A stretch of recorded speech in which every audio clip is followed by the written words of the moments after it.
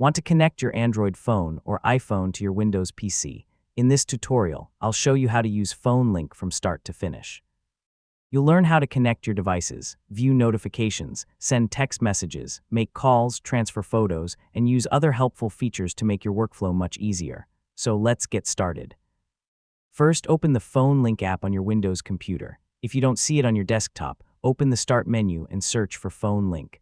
Launch the app to begin the setup process.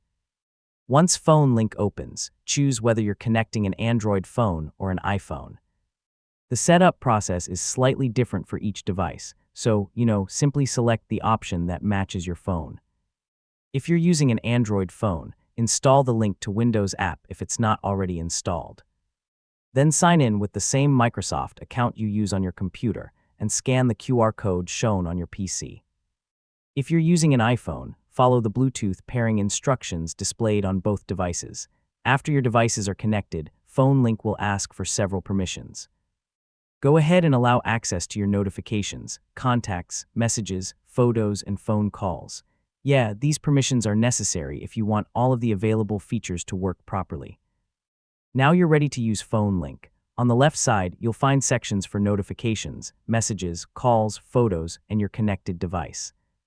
You can reply to text messages, view recent photos, answer calls through your computer, and check phone notifications without picking up your phone.